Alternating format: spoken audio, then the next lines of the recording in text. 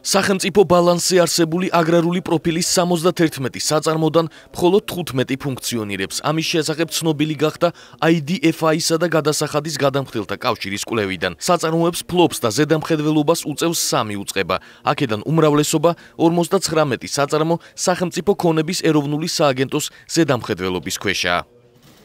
გადასახადის გადამხდელთა კავშირის დამფუძნებელი ეკონომისტი გიგლა მიქაუტაძე აღნიშნავს, რომ მსგავსი ტიპის საწარმოები ასობით არის რეგისტრირებული, თუმცა კვლევის აგრარული პროფილის საწარმოებზე ფოკუსირება სახელმწიფოს მიერ ამ სფეროს პრიორიტიზებამ გამოიწვია.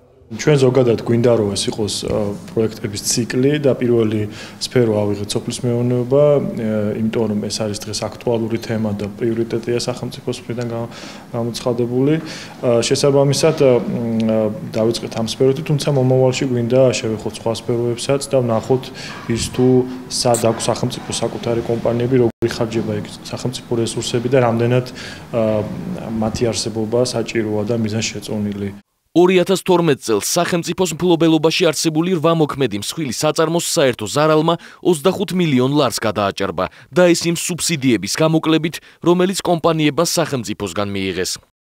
ხადი არასწორი ესეთი გადაწყვეტილებები, როდესაც სახელმწიფო ქმნის ესეთ კომპანიებს და ეს ხდებოდა წინა წლებში, წინა ხელისუფლების დროსაც სახელმწიფო საქმე საერთოდ არ არის ამ სექტორებში ჩარევა და ბუნებრივია, რომ ეს კომპანიები მუშაობდნენ ზარალზე.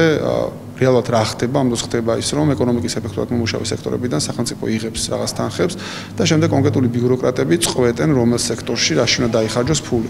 და ცხადია, მე არ შინაც ვაკრიტიკებდი ამის გამოცემა ხელისუფლებას და ეხლა ვთვლი, რომ ესეთი მიდგომები არის არასწორი. სამწუხაროდ ესეთი კომპანიები დღეს არსებობს და ამაში სახელმწიფო ჯერ კიდევ ფლანგავს გარკვეულ თანხებს. აქედან გამოსავალი არის ერთი, რაც შეიძლება სწრაფად უნდა მოხდეს მათი პრივატიზაცია, თუ ეს საერთოდ შესაძლებელია, თუ არა, უბრალოდ უნდა დაიკეტოს. გაჩერებული და წამგებიანი სახელმწიფო საწარმოების ნაწილის ლიკვიდაციასა და რიგ შემთხვევაში გაკოტრებასა და შერწყმაზე მუშაობს ქონების მართვის სახელმწიფო სააგენტო, თუმცა სააგენტოს წარმომადგენლის თქმით, ლიკვიდაცია რთული პროცესია, რომელიც დროში იწელება. წინათვის მონაცემებით არის 354 მგონი თუ არ მეშლება. მოქმედი საწარმოები აქედან არის დაახლოებით 80, დანარჩენი პრინციპში ჩვენ განვიხილავთ როგორც უმოქმედო ან გაჩერებულ საწარმოებს. ვცდილობთ ამ უმოქმედო საწარმოების ლიკვიდირებას.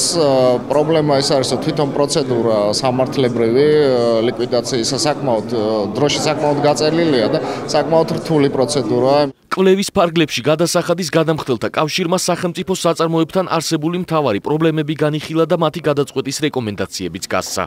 კარგია ის, რომ ჩვენს რეკომენდაციებს თანხმდება სამინისტროც, თანხმდება პარლამენტიც და თითქმის ყველა უწყება, არ შეგვხვედრია რაიმე პრინციპული წინააღმდეგობა. აქ თავარი არის რა პოლიტიკურ გადაწყვეტილებას მიიღებს ქვეყნის ხელმძღვანელობა. ჩემი დამოკიდებულება არ განსხვავდება კვლევის შედეგებიდან გამომდინარე რეკომენდაციებისაგან იმასთან დაკავშირებით, რომ ამ ტიპის საწარმოები უნდა გასხვისდეს, მოხდეს მათი პრივატიზება. ეკონომისტი ლევან კალანდაძე მიიჩნევს, რომ სახელმწიფოს მფლობელობაში მსგავსი საწარმოები არ უნდა არსებობდეს, რადგან სახელმწიფო არის ცუდი მენეჯერი და მისაღებია გადაწყვეტილება სახელმწიფო მფლობელობაში არსებული საწარმოების კერძო სამართლის იურიდიულ პირებად ქცევისათვის. სახელმწიფო საკუთრებაში არსებული საწარმო თავისი სტატუსით რეალურად ზღუდავს კონკურენციას, ხელს უშლის ზოგადად ბიზნესის განვითარებას და არის მეორე საკითხი, რაც ყველაზე მნიშვნელოვანია, ეს არის სახელმწიფო ფინანსების, საბიუჯეტო სახსრების, გადასახადის გადამხდელის მიერ ბიუჯეტში შეტანილი თანხების ეფექტურობის საკითხი. დღეს რეალურად სახეზეა, რომ ასეთ ტიპის საწარმოებში სახელმწიფო ასხამს დიდი ოდენობით თანხას, ხოლო უკუგება ეფექტი ამ თანხებს რეალურად არ მოყვება. კვლევის ფარგლებში გადასახადის გადამხდელთა კავშირი სახელმწიფოს ასევე აძლევს საკანონმდებლო ცვლილების შესახებ რეკომენდაციას, რომლის მიხედვითაც იურიდიული პირების კომერციული ინფორმაცია, რომლის აქციათა ან წილის 50%-ზე მეტის მფლობელი სახელმწიფოა, გახდეს საჯარო, რათა აღმოიფხვრას შესყიდვების გაუმჭირვალობასთან არსებული პრობლემები.